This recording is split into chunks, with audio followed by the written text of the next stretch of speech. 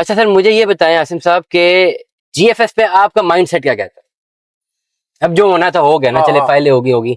अभी क्या दिमाग कहता है आपका? क्या आपका माशाल्लाह इतना एक्सपीरियंस है, हमारा भी है, आपका पॉइंट ऑफ व्यू क्या? फिर मैं आपको अपना बताता हूँ कि अभी साइट पे देखें तो क्या। सर जी, जीएफएस के बारे में तो मौका ब मौका मेरा उधर जाना हुआ हर 6 महीने के बाद। ठीक है। उस जमाने में जब इन्होंने जगह को बहुत अच्छा बनाकर प्रेजेंट करके सामान बेचा था, तो उसमें और आज के वक्त में कम से कम 4 से 5 साल गुजर गए।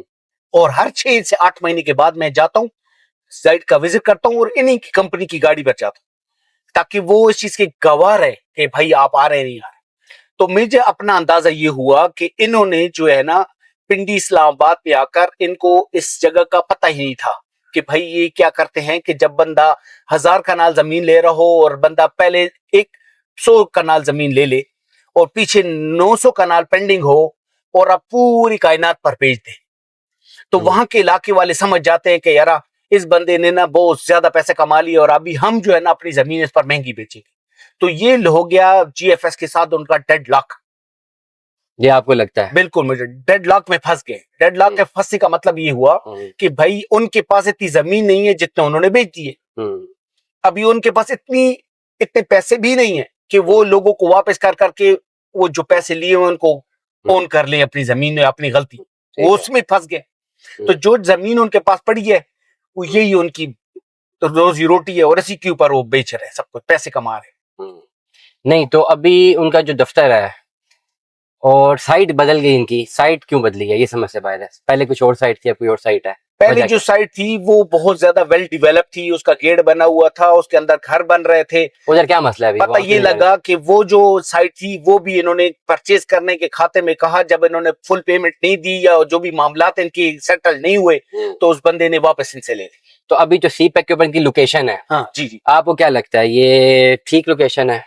लोकेशन तो बिल्कुल ठीक है, लोकेशन तो जमीन के लिहाज से हर अच्छी है, लेकिन वो अपनी होनी चाहिए बस। आपको लगता है जो डेवलपमेंट कर रहे हैं ये भी इनकी अपनी जमीन नहीं है? जहाँ पे ये बहुत थोड़ी है इनके पास, मैंने कहा ना 1000 में से 100 इनके पास पड़ी। ये प्लॉट दे देंगे ये? मुझे नहीं लगता। अगर ये 100 प्लॉट अगर मिल भी गया लेट अस सपोज, तो क्या वहाँ पे कमर्शियल एक्टिविटी हो सकेंगी? तो रात को वीराना नहीं है वहाँ पे? बिल्कुल वीरान है वो तो, बिल्कुल फतेहजंग से कितना दूर है, यानी हाथ से लेके 20 साल और ऐसा चमत्कार हो जाए कि जनाब वहां पूरी फतेहजंग के अंदर पाबंदी लग जाए कि फतेहजंग से बाहर जाकर आबादी बसर करो, तब जाकर ये जीएफएस उठ सकता है। और ये भी मुमकिन है कि सब कुछ खत्म हो जाएंगे कि हम गए मार्केट से, अब हमने इसमें भी बहुत प्रोबेबिलिटी है।